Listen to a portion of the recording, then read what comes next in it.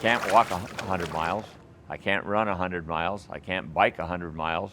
I said, I know I can swim 100 miles. And the only challenge was, can I get the 100 miles in 100 days? I had a freak accident about 3 years ago. I fell out of a car trying to help somebody rescue a runaway dog, and I dragged myself about 75 to 80 feet. And I was recovering from that. I was walking with only a cane, and there was a space here where they were doing some landscaping, and a sprinkler head, and I tripped over it and fell and broke vertebrae in my back. And after I came out of there, I'd never been able to walk any distance without the use of a walker. Doing this swim gives me something to do. It gives me a challenge.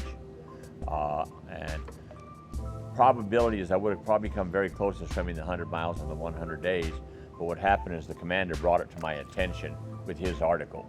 And by doing that, I said, you know, that would be a challenge I can accept. I try to swim a mile a day or a mile and a quarter a day. I have done days where I've gone up to a mile and a half. I'm 75 years old, and that mile and a half does me in.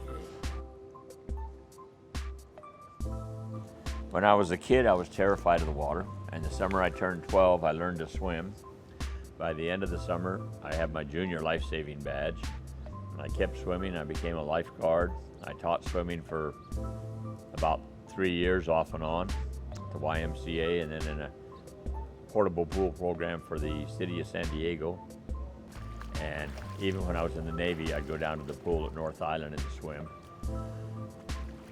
I tracked my swimming over the years, and I've actually swum the equivalent of about 6,000 miles, which is equivalent to going from San Diego to Honolulu back to east of Denver, Colorado. 1 mile at a time, mind you, and most of it in a pool. It's important to me to get exercise. My wife had a stroke 3 years ago, and I'm now in this chair. I'm the primary caregiver. I do all the grocery shopping and about 80% of the cooking. But it's important to me to get the exercise, because if I don't take care of myself, I can't take care of her. I just wrote an article for our newsletter here in our community, and I told people I've been raising money for, I'm doing this swim, and that I can't openly solicit money within the organization, but I put in the article that I would accept backers, and I said I'll take as little as 10 cents a mile. I had a gentleman this morning that told me he would back me for $1 a mile. I've got other people that have told me in the last few days that they would back me for, you know, $1, 50 cents, whatever. So I don't know how much I'll raise for this or through this program. So I like helping people. Even though I can't do a lot of the things I used to do because of my situation, I enjoy doing things to make things easier for other people.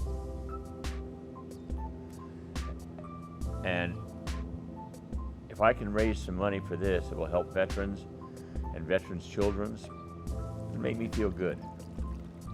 The better I feel about myself, the better everything else seems to go for me.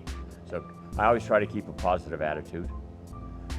You know, I can't do much about what's going on, and if I get a negative attitude, you know, the only one I'm hurting is myself. My grandfather was the world's first blind golfer. He golfed with Bob Hope, Bing Crosby, President Eisenhower, Arnold Palmer, Sammy Snead, and he lost his sight in a freak accident. He never lost his enjoyment of life, and he was my inspiration in life.